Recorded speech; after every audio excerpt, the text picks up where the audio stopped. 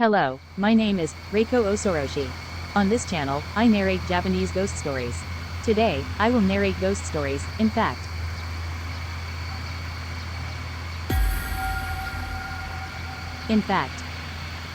If you're ever possessed, targeted, or stalked by something, I'll tell you right away that it's no joke.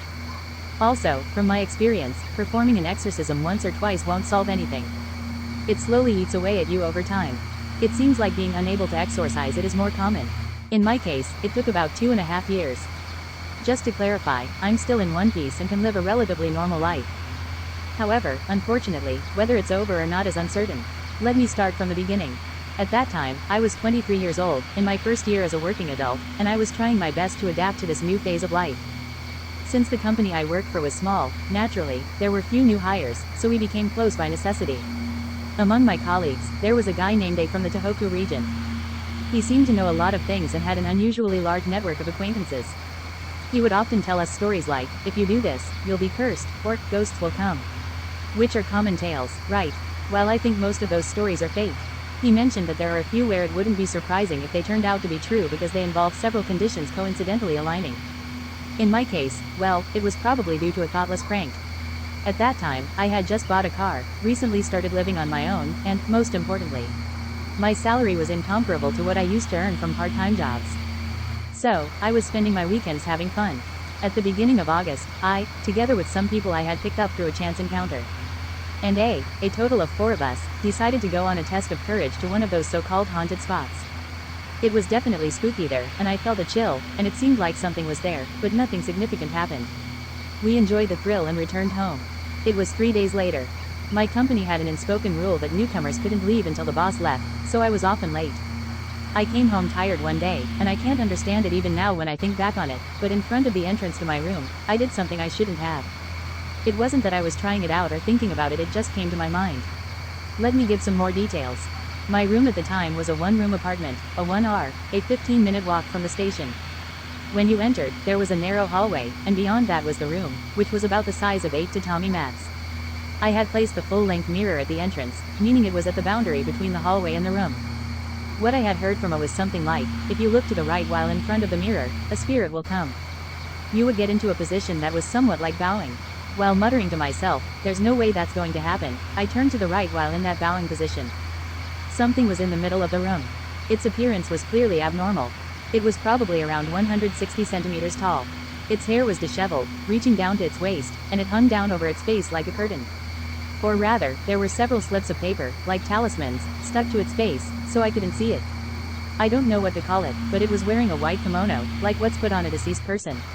And it was swaying slightly from side to side with small movements. As for me, I froze. My voice didn't come out, and my body didn't move at all. But inside my head, everything was spinning at an incredible speed as I tried to comprehend what was happening while realizing I was still awake. Imagine it for a moment. You're in a cramped 1R apartment, and there's a situation where something is in the middle of the room in complete silence. In my head, I already knew the cause, but I couldn't understand the events happening while I was awake. Please understand, it's abnormal. I had the lights on, but, conversely, that was what frightened me. Because I could see that thing suddenly appear. Around that thing, there seemed to be a bluish tint. It felt like time had come to a stop, that's how quiet it was. First of all, my conclusion was to leave the room. Somehow, I carefully picked up the bag at my feet. I couldn't take my eyes off it. I thought that if I looked away, it would be dangerous. Backing away, I passed about halfway down the hallway. Although it would normally take 3 steps, it took a lot of time. At that point, its swaying motion began to grow larger, and it started making some groaning sounds. I don't remember much beyond that, to be honest.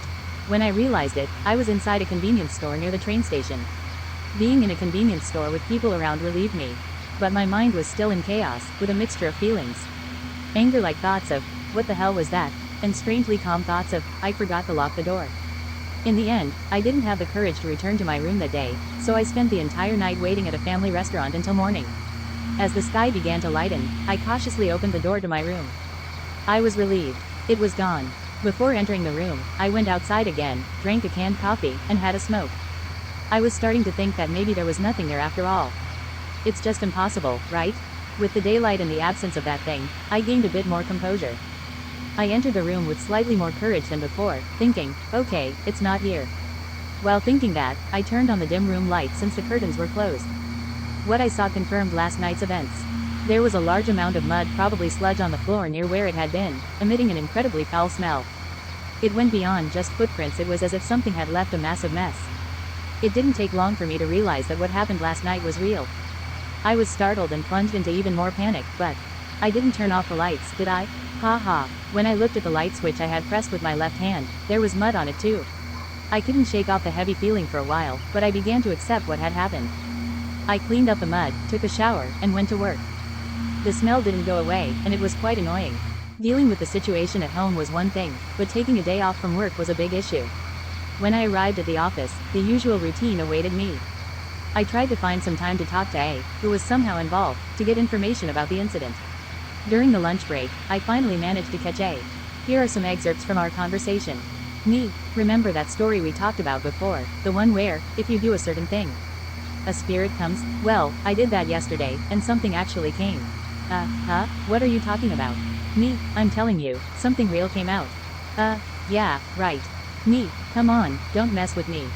I'm serious, something really scary came out. I have no idea what you're talking about. Me, I don't understand it either. It was hopeless, we were getting nowhere.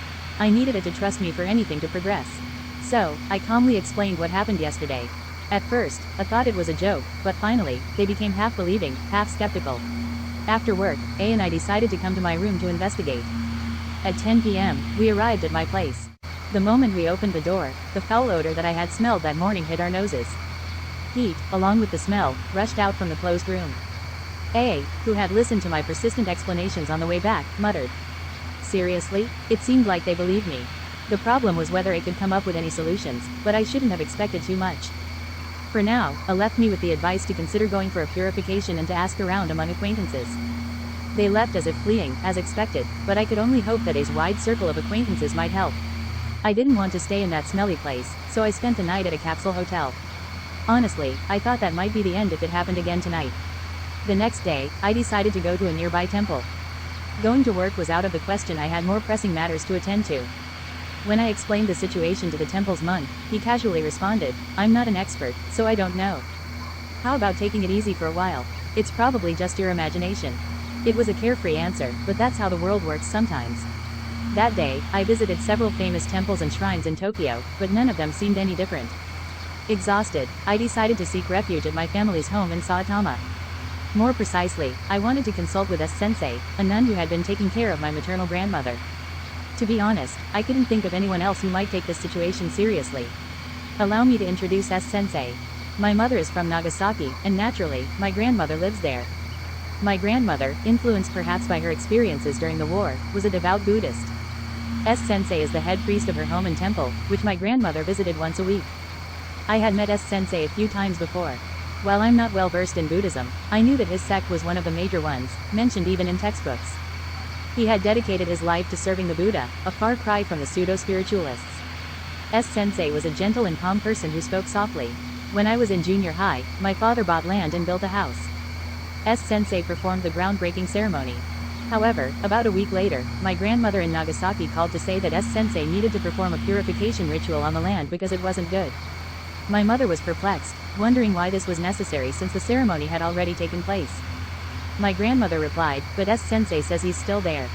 Essentially, S-sensei was the only person I knew who might be able to help in this situation. By the time I arrived at the bus stop near my family's house, the sun had set, and it was just before 9 p.m. Unlike the city, this town was mostly factories, so there were few people even at 9 p.m. I briskly walked the approximately 20 minutes from the bus stop to my family's home.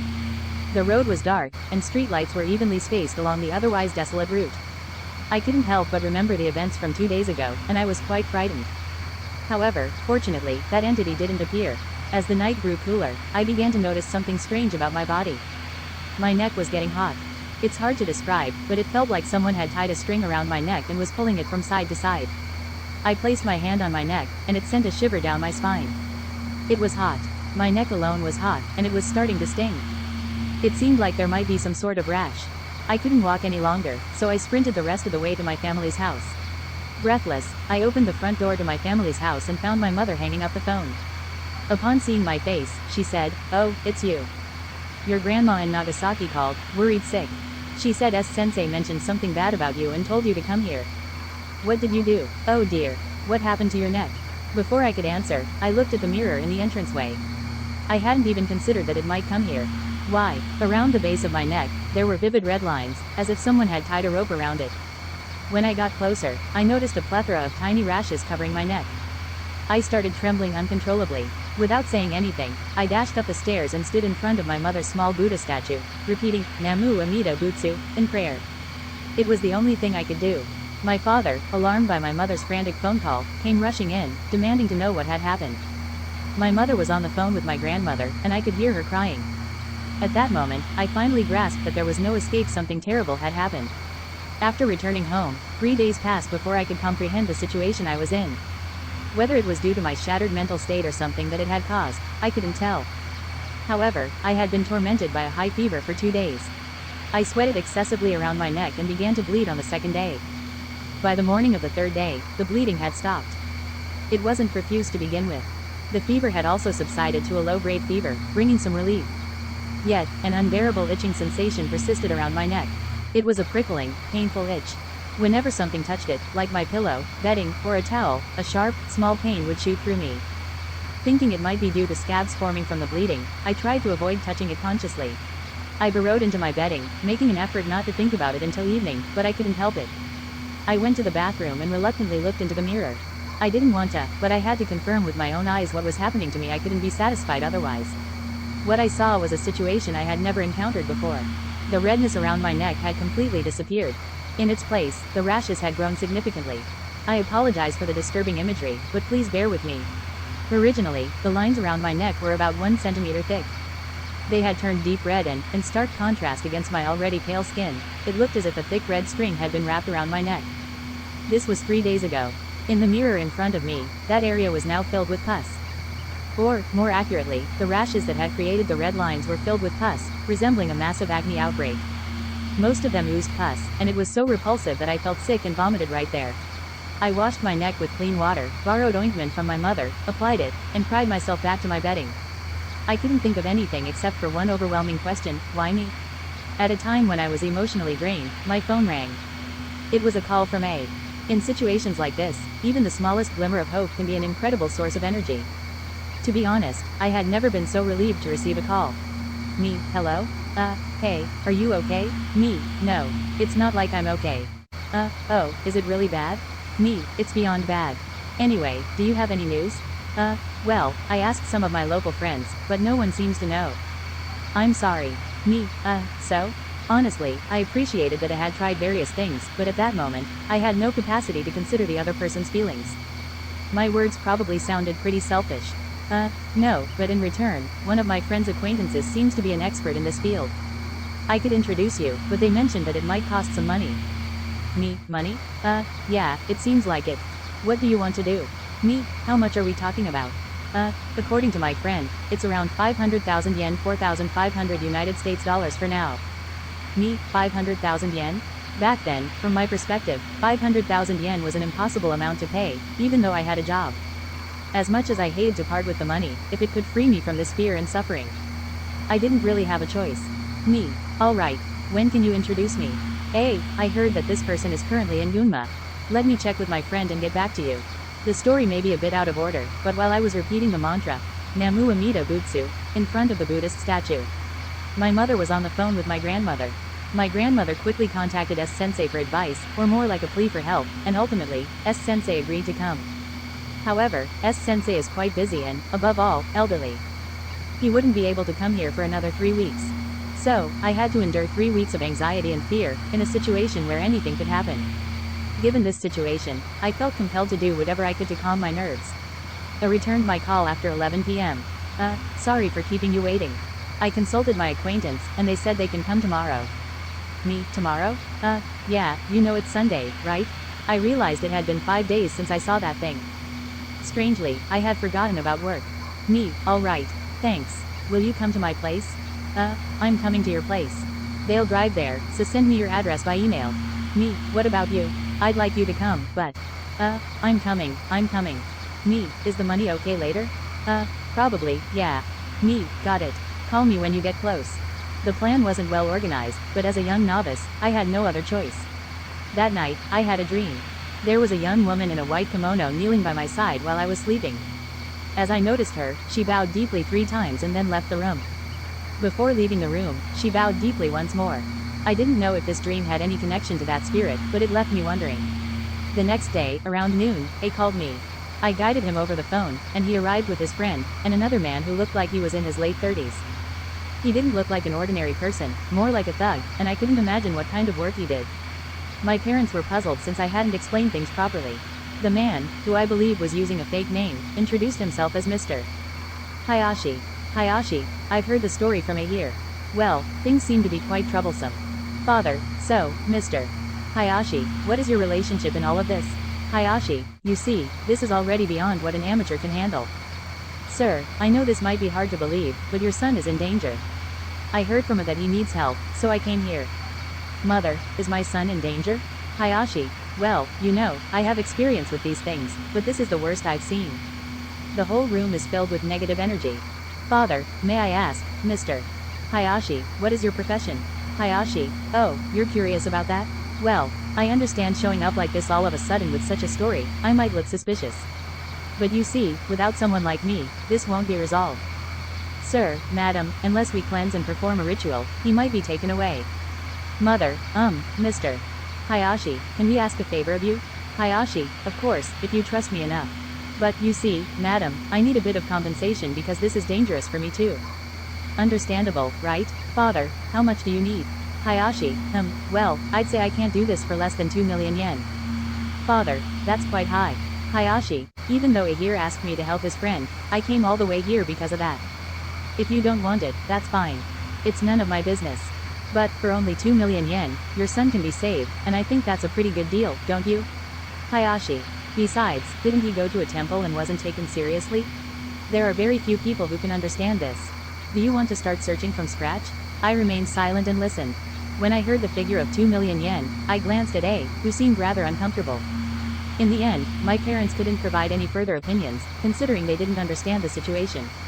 Reluctantly, they agreed to let Hayashi handle it. Hayashi immediately announced that he would perform the purification ritual that night. He said he needed some time to prepare and left the house for a while.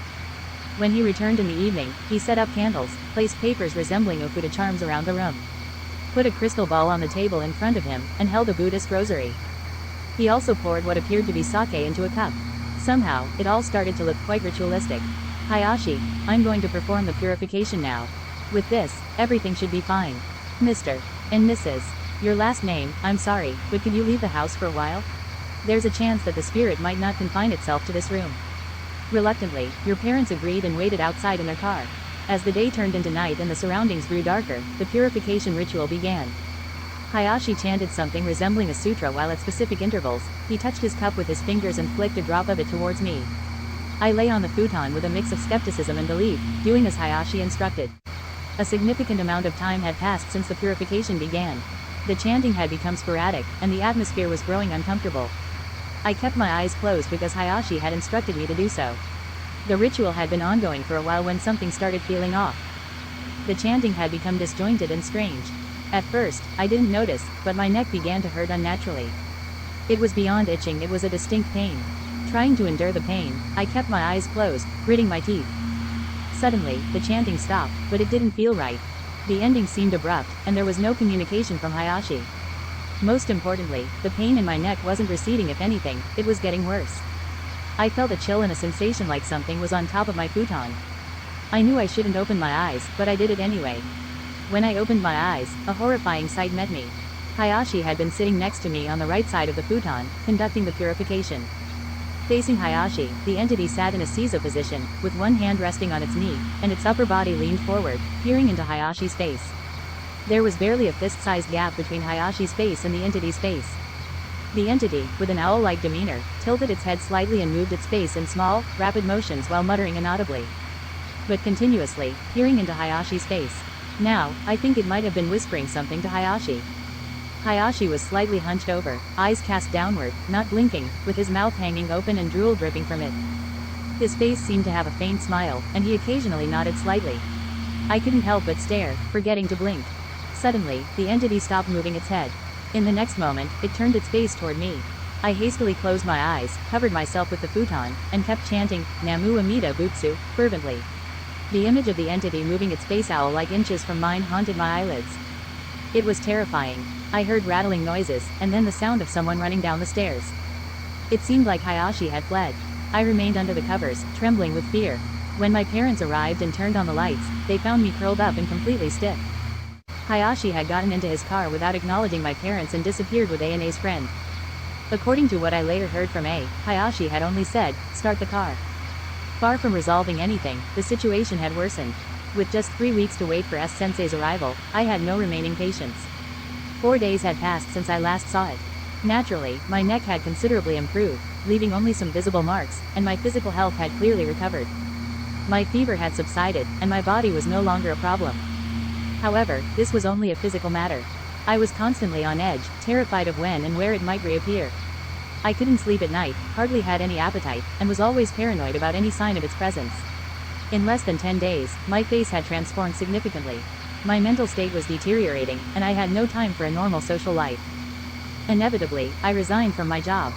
I was too frightened of everything, even the slightest rustling of laundry or the swaying of the persimmon tree outside my window. Made me paranoid, thinking it might be it. S-sensei's arrival was still over 2 weeks away, and it felt like an eternity. Seeing my deteriorating condition, my parents couldn't bear it any longer.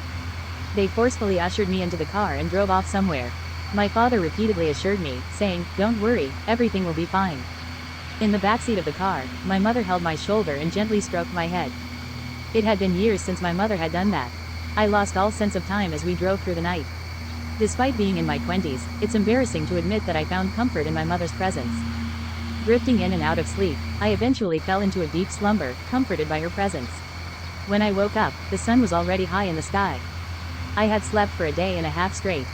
I doubt I'll ever sleep that long again. Looking outside, the scenery was unfamiliar. The car was moving through a new landscape. Gradually, I started recognizing familiar sights. Trains running down the middle of the road. We had arrived in Nagasaki.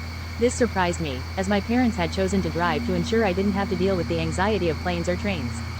They made numerous stops for rest along the way, but my father drove tirelessly, and my mother stayed by my side to keep me calm. Their kindness was something I felt I could never fully repay in a lifetime. My grandparents lived in Yanaigawa, Nagasaki. When we arrived in Yanaigawa, my parents parked the car downhill and went to fetch my grandparents. During their absence, I was left alone in the car. They had gone to help my grandparents, who had trouble with their legs and needed assistance, and to transport some belongings to S-sensei's house. Looking back, when I said, "I'll be fine, go ahead," I must have been seriously underestimating the situation. Perhaps it was due to the fact that I had finally managed to get some sleep or that I was in a place far removed from Tokyo and Saitama, but I started to relax. Sitting in the backseat of the car, with my legs curled up in a sitting position, I gazed blankly outside. Suddenly, I felt an intense pain in my neck. It was unlike any pain I had experienced before. It might be an exaggeration, but it felt excruciating. I touched my neck and felt something slippery. There was blood. The sight of blood on my fingertips involuntarily snapped me back to reality. At that moment, before I could even think about being scared or whether there might be a spirit nearby, I thought, not again. My initial reaction was more of frustration than fear. I was overwhelmed by a sense of despair, and tears welled up in my eyes. I'd be glad if you could understand, but when unpleasant things keep happening one after another, it can become overwhelmingly disheartening. It's tough when negative events seem to occur just as you're starting to regain your composure. At that time, I was already feeling somewhat relaxed, so when it continued, I couldn't help but say things like, "What am I supposed to do?" or, "Give me a break," all the while muttering to myself as I cried. When my parents returned to the car with my grandparents, I immediately panicked. After all, there was no way something wasn't wrong when they found me in the back seat with blood coming from my neck and crying. I could hear them saying things like, "What's wrong?" or, "Say something." Or, "I can't take it anymore," and even, "Can't you get yourself together?" I heard them say, "What are we going to do with you, too?" At that moment, without thinking, I yelled, "You guys are so annoying." It felt impossible to explain the situation at that time. I thought, you guys can't do anything even though you're here, so I wanted them to just be quiet. I even thought about quitting my job since everything was going wrong, and I felt like I was about to be deceived. These people were running around for someone as useless as me. Looking back, I feel so ashamed. So, it's a once-in-a-lifetime event, but my father suddenly slapped me on the left cheek. It hurt like hell. My dad was really strict, and we had argued many times, but I don't think he had ever hit me before. He said just one thing in a calm but stern tone: "Apologize to your grandparents." Strangely, I felt calmer after that, probably because I was so surprised. The despair I had been feeling seemed to have disappeared somewhere. Once I regained my composure, I apologized to everyone, and for some reason, I suddenly felt more composed. In the car as it sped along, I cried again, deeply moved by my grandparents' words of encouragement. I realized that I was much weaker emotionally than I had thought. When we arrived at S-sensei's house temple, I felt a weight lift off my shoulders. It wasn't that something had happened, but rather that I had irrationally found comfort. Passing through the gate and walking down a narrow path lined with cobblestones, I was welcomed by an older man. I recalled that there always seemed to be guests at S-sensei's house. Many people must visit regularly, like my grandparents. I was ushered inside and proceeded through the back entrance into a room of about 10 tatami mats. There, S-sensei was sitting in front of a statue just as I remembered, kneeling on a cushion. He turned around slowly when we entered. "Grandmother, he's all right now. S-sensei will take care of it. S-sensei, it's been a while. You've grown quite a bit. Time flies, doesn't it? Grandmother, S-sensei, is our grandson okay? Grandfather, okay? Well, he just got here, so S-sensei hasn't seen him yet. Grandmother, you, be quiet. I couldn't help but worry so much.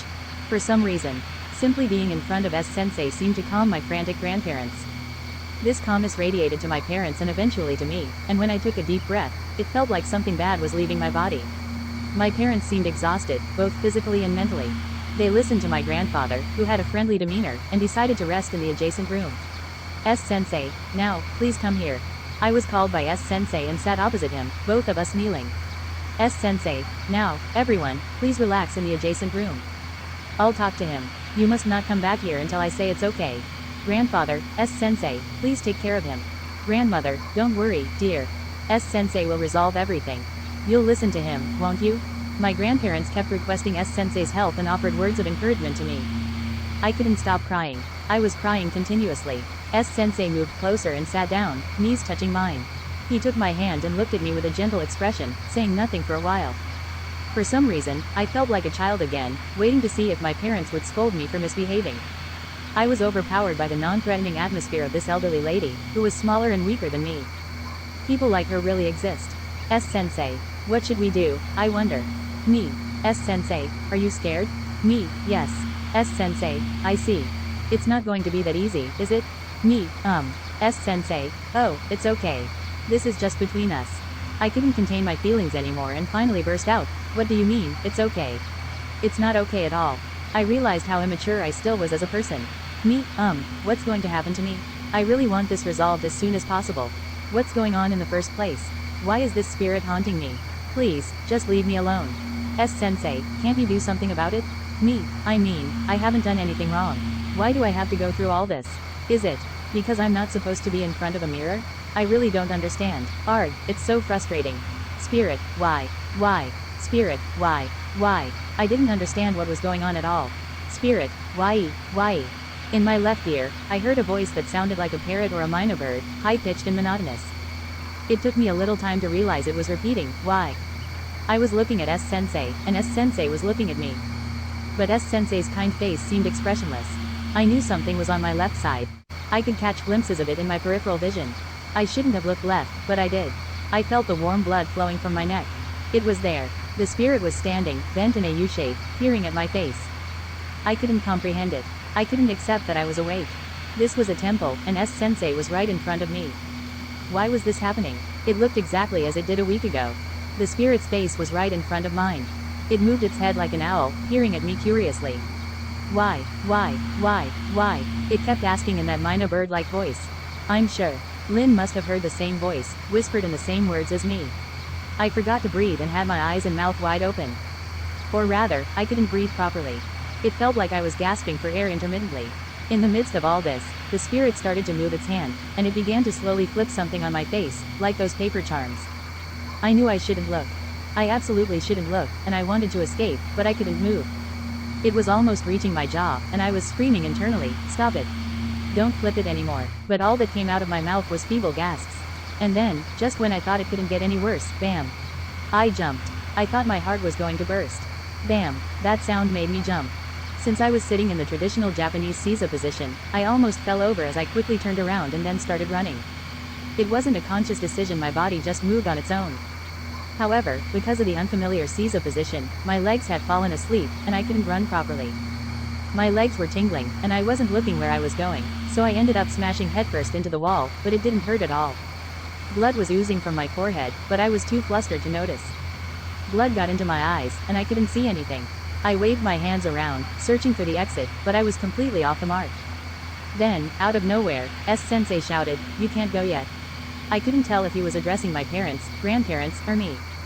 It didn't matter, his voice was enough to freeze me in place. I stood there stiffly, my mind racing to try and comprehend the situation, although I knew there was no way I could make sense of it. I simply obeyed S-sensei's command. S-sensei spoke after my movements had stopped, as if to confirm that my parents and grandparents, who were trying to enter the room, had also ceased their actions. S-sensei, I'm sorry. It must have been frightening. It's okay now, please come back over here. Everyone, it's alright, so please wait a little longer. I heard voices coming from behind the sliding door. Fusuma, perhaps, but I didn't remember what was being said. As I wiped away the blood, I returned to S-sensei. He lent me a hand towel, and there was a pleasant scent, possibly incense, in the room. It was only now, as I came back, that I realized the sound I heard earlier was the sound of S-sensei clapping his hands. S-sensei, did you see it? Hear it? Me, I saw it. And it kept saying, why? S-sensei's face had returned to its usual gentle expression. I concentrated on responding as calmly as possible, having given up on thinking about it too much. S-sensei, yes, you kept asking, why? What did you think it meant? I honestly didn't know. I hadn't thought about it at all. Me, I don't know. S-sensei, was the spirit frightening? Me, yes, it was. S-sensei, what was scary about it? Me, well, because it's not normal. It's a ghost. Around this point, my brain was beyond its thinking capacity. I had no idea what S-sensei was getting at. S-sensei, but it didn't really do anything, did it? Me, well, blood was coming from my neck, and it was trying to flip something like a paper talisman. It's clearly not normal. S-sensei, true. But aside from that, there was nothing else, right? Me, S-sensei, it's a bit complicated. Me, I'm sorry, I really don't understand. S-sensei, that's alright. S-sensei explained it to me in a way that I could understand, more like comforting than anything else. First, he confirmed that the entity I encountered was indeed what people usually call a ghost or spirit. However, when I asked if it was a malicious spirit, S-sensei found it difficult to categorically state that. It seemed to fall into the category of potentially malevolent entities, but S-sensei didn't sense any ill intent from it. Regarding what had happened to me, S-sensei gave this explanation. S-sensei, even without ill intent, when a spirit is too powerful, this is what can happen. That spirit was lonely for a long time. It constantly wished for someone to talk to touch, to see, and to notice it. You might not understand, but you radiate warmth.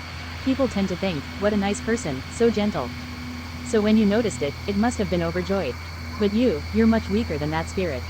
Just being close to it frightened you, and your body reacted. S-sensei spoke slowly and used simple words, as if explaining to a child, making sure I could grasp the essence of what he was saying. I became so uncertain about what to do. I had firmly believed that it must be an evil spirit or something malicious. I thought that if S-sensei performed a purification ritual, it would all be over. But then, S-sensei started talking as if he was defending the spirit, and that threw me off. S-sensei, now, we need to do something about this. It will take time, but we will find a way. His words were a great relief. I thought, alright, it's going to end now. I finally felt at ease. I want to share the words that S-sensei told me, words I'll never forget. Even if something looks scary and you don't understand it, think of it as something suffering just like you. Imagine it's waiting for a helping hand to reach out. S-sensei began chanting not for purification but to help the spirit find peace. That night, even though I had wounds on my forehead and painful marks on my neck when I looked closely, I slept soundly for the first time in a long while. The next morning, I thought I had woken up early, but S-sensei had already finished his morning prayers. S-sensei, good morning. Now, wash your face, have breakfast, and get ready. We'll be heading to the main temple after breakfast. The sect S-sensei belonged to, as I mentioned before, had a long history and followers and practitioners all across Japan. Although the teachings were the same, due to geographical reasons, there were main temples in both the east and west of Japan. I went to the main temple in the west. I learned that during my stay at the main temple, I would work on enhancing the virtues I already possessed and contribute to speeding up the spirit's path to enlightenment through offerings at the temple. S-sensei explained this to me. Among my family, my grandmother was the most delighted by this plan, while my father still seemed somewhat skeptical. However, I reassured them, saying, it's going to be okay. I'll go. And in the end, they didn't oppose the idea. Upon arriving at the main temple, a young person was waiting to greet us, and they offered a respectful bow to S-sensei. We went to a building adjacent to the main hall to meet the people from the main temple.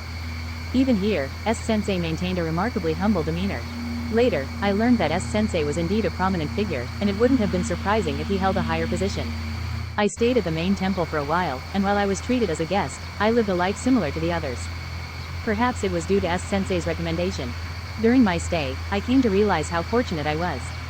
There were people who had been plagued by vengeful spirits for decades, causing misfortune to their families, and some had even fallen into destitution, losing all relatives. They were descendants of respectable samurai families. I never knew there were so many people suffering far worse than me. Perhaps it was because of the harsh life there, or maybe the environment itself, or the influence of S-sensei's teachings, but my fear diminished significantly. Around 1 month into my stay at the main temple, S-sensei visited. S-sensei, oh, it seems you've improved quite a bit. Me, yes, thanks to you, S-sensei. S-sensei, have you seen it again since then? Me, no, not once. Maybe it moved on or found peace.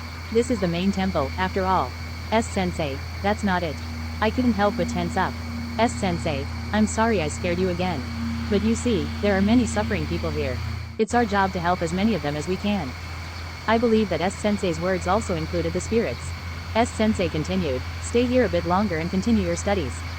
It's a rare opportunity. I followed S-sensei's advice and stayed longer. The events of that time were still haunting me, and I felt like I wanted to stay here for a while longer. Plus, even though a day can pass by quickly, I enjoyed the feeling that time was moving slowly here. As time went on, I ended up staying for 3 months. During that time, S-sensei didn't visit us. I felt a bit uneasy without S-sensei's guidance. But, sadly, being isolated from the noisy world I was in for 3 months made me start to feel unsatisfied. S-sensei came back after a 2-month absence, signaling the end of my life at the temple. I prepared myself, thanked each of the people who had taken care of me, and was about to leave with S-sensei. However, when I turned around, S-sensei, who had been beside me, was no longer there. I wondered if I had walked too fast and went back to find her, only to see her a bit behind. With a gentle smile, S-sensei asked, what if you stayed here instead of leaving? I was a bit taken aback. I replied bashfully, no, I can't be like the people here. I truly admire everyone. I don't think I can imitate them. Satisfied with my response, S-sensei clarified, I didn't mean that. I meant you shouldn't leave because there's still work to be done here. Once again, my face tensed up. In the end, I was able to leave the temple 2 months later, after spending a total of 5 months there. It's unlikely I'll ever have someone who isn't family take care of me for such an extended period again. S-Xian Sheng advised me to come back once a month for a while, saying, I think it's probably okay now, but we're not entirely sure if the spirit is gone or just hiding. After the long stay at the temple, I finally returned to my everyday life. My mother had taken care of ending the lease on the apartment, and my belongings were moved back to our family home. When I opened the apartment, I was greeted by a stale smell and a collection of small bugs in the middle of the floor. It was so frightening that I didn't do anything that day. On the following day, with some courage, I opened the apartment again. The smell was still there, but the bugs had disappeared. I felt sorry for my mother, but I was relieved I didn't have to deal with it. Back at my family home, after about half a year or so, I checked my phone and found an overwhelming number of missed calls and messages, with most of them coming from A. From the messages, it seemed that A blamed himself for what had happened and had a strong sense of guilt. He apologized, offered suggestions, and provided updates on finding someone. My mother even mentioned that I had come to our house. On the second night after returning, I called A. The phone call was chaotic, and A's words were hard to understand. He had been at a drinking party. I hung up the phone and sent a text message saying, you idiot. People are just people in the end. The next day, I received a message from A asking for some time to apologize. He probably found calling awkward due to our previous conversations. The following evening, A came to my house. He had traveled quite a distance. As soon as I opened the front door and saw A, I punched him twice. One punch was for soothing his own sense of guilt, and the other was for going to a drinking party and frustrating me. It's sometimes easier to find closure through physical actions rather than words. Well, the second punch was more about my personal anger. I explained the situation in detail to A and spent the night discussing and reminiscing with a mix of excitement and fear. Looking back, it was just a return to our everyday lives. A asked about Hayashi, the guy who failed at exorcism. On that night when I ran away, it was clear that Hayashi had lost it. A, who was waiting in Hayashi's car with his friends, immediately sensed that something was terribly wrong. However, when Hayashi jumped into the back seat in a panic, his agitation was far from normal, and they had no choice but to drive off.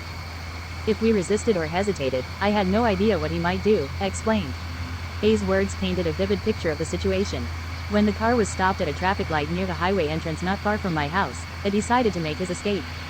Because he started laughing, shaking, and saying things like, "I'm different," or "I won't do such things," and it was just terrifying, A said. Memories of the spirit whispering and the haunting images made it difficult for me to clear my head. I didn't return to my house because he was simply too frightened. He apologized, saying, "I'm sorry for being a coward," and I forgave him. Even if he were someone else, I would have been understanding. As for what happened to Hayashi afterward, nobody knew. I was quite upset about the whole situation this time and confronted the friend who had introduced him to Hayashi. It turned out that Hayashi was nothing more than an utterly hopeless person, who couldn't even pull off being a scammer and had probably been led astray into this by someone else. According to A, he said, "I gave him a good beating, so please spare him. But I had to mobilize all the connections he had to find out more." Unfortunately, there was no one in his circle who had heard of something like this, and the information available was at best speculative. So, all we could say was, there seemed to be several conditions, and it happens by chance. After that, I followed S-sensei's instructions and visited her every month. For the first year, it was every month, and for the following year, it was every 3 months. Perhaps due to the apology from our simply out of concern, he started coming to my house even when there was nothing wrong. And he always kept in touch when I went to see S-sensei and returned. Around 2 years after seeing spirits, S-sensei told me, "You probably don't need to worry anymore. Just drop by occasionally. But don't do anything strange. I'm not sure if it's truly over." S-sensei passed away 3 months later. I deeply admired S-sensei, and I wish she could have taught me more. Right now, I just want to believe that it's over. 2 months after S-sensei's funeral, the loneliness and the sense of loss from losing someone dear began to fade, and I returned to my daily life. Amidst the busy days, there are moments when I remember those times. It all feels so distant from my daily life that sometimes I wonder if it really happened. I have no reason to share this story with anyone, and there's no need to. I'll just keep living each day to the fullest. I hadn't received a letter from my grandmother in a while, and it arrived on a completely ordinary day. When I opened it, I found a letter from my grandmother and another letter enclosed. In my grandmother's letter, along with some words for me, was the following. "It's a letter from S-sensei. The 49 days have passed, so I'm delivering it as promised." Below is the content of the letter from S-sensei. "Hello, it's been a while. It's S. It's been quite some time since then, hasn't it? I hope you're doing okay and haven't experienced anything frightening. As you age, you tend to become more long-winded, don't you? Today, I'm writing this letter because I wanted to apologize. But I didn't do anything wrong, you know. At that time, there was no other way. But, I'm sorry. You see, on that day when you came to my place, I was actually very scared. Because what you had brought with you was something even I couldn't handle. But you must have been frightened too, right? That's why I thought I shouldn't be scared. To be honest, there are times when no matter how much you extend your hand, it won't be noticed. That day, we were lucky. How was life at the temple? Did it help distract your mind even a little bit? Remember how I used to say, 'It's not over yet,' every time we met? Do you recall? To be honest, I thought it would be terrible if you went back just like that. I prayed every day, but that spirit wouldn't go away easily. But it should be okay now. It seems like it's no longer nearby. However, if you ever go through tough times again, go to the temple immediately. You're probably stronger than them, so they won't be able to harm you easily. Lastly, there's something I must tell you. If it ever becomes too much to bear, entrust yourself to the Buddha. Decide it in your heart when there's nothing but hardship left. I don't mean to let you die, but if it's not over for you, it means your painful time won't end. You met many people at the temple, right? Truly wicked spirits take their time to make you suffer. They won't end your suffering easily. They relish in seeing you suffer and grin about it. It's frustrating, but there are many things that even we couldn't do, and we couldn't help those people. I wanted to help them, but there were many things we couldn't do. I did my best to help you, but honestly, I couldn't be sure. I can't sense its presence, and I think it's gone, but don't relax just yet. It might be waiting for you to let your guard down. Got it? Never let your guard down completely. Always be cautious, stay away from suspicious places, and don't get involved in unnecessary things. Trust in me, okay? I'm sorry for telling so many lies. Asking you to believe me is being too optimistic, I know. But still, believe in the fact that I always prayed to the Buddha until the end. I pray every day so that you can live your days in good health. That's all. This marked the end of S-sensei's letter. As I read, my hand holding the letter trembles. I can feel the unsettling sweat on my skin, and my heart races faster and faster. What should I do? Has it not ended yet? Suddenly, it feels like that spirit is watching me from somewhere. Maybe there's no escape. Perhaps it was just hiding, and it can reappear before me at any moment. Once you start doubting, there's no turning back. Everything begins to seem suspicious. Could it be that S-sensei was tormented by that spirit too? Is that why she left this letter for me? In the end, has nothing really changed? What about Hayashi? Did he get entangled with it? What kind of whispers did that spirit tell him?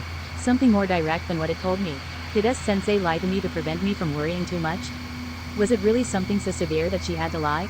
Did S-sensei worry about me until the very end, knowing I'd eventually find out the truth? The more I doubt, the more confusion sets in. I have no idea what to do. This is all I know. Over 2.5 years, this is everything I've learned, and even now, I can't be sure if it's over. I don't understand why it happened, whether it was knowledge from an unknown source or if there was some karmic link. It's beyond my comprehension, and I can only say it might have been a coincidence, but it's too painful to think of it as just that. Did I commit some sin worthy of this suffering? Or did I not? If not, then why? It feels so unfair. That's my honest sentiment. If there's one thing I can say, it's this: if you ever feel possessed, targeted, or stalked by something, take it seriously. Even if someone claims it's over, never let your guard down. Finally, I must apologize, and I'm truly sorry for this. There are several small lies in this story. They were to make things somewhat easier to understand, and there were things I didn't understand myself, so please forgive me for that. I know this may have made some parts of the story unclear. I apologize for that as well. But that's not what I want to apologize for. I've been lying about the fundamental aspects of how this story came to be. I didn't realize, and I tried to avoid being found out. I did it because I thought it wouldn't make sense otherwise. You might find contradictions. You might be disappointed. But I wanted someone to know this story. Regretting it now won't change anything. How was it? Have any of you who are listening to this ever dabbled in places where spirits are said to appear or attempted any form of spiritual invocation? Even as a mere jest? If you have, and nothing happened, you might consider yourselves fortunate. Or perhaps, it's simply that you didn't realize. If you have any other stories you would like me to introduce or any questions about the stories, please leave a comment. And if you enjoyed this video, please give it a thumbs up and subscribe to the channel. Thank you, and stay tuned for the next episode.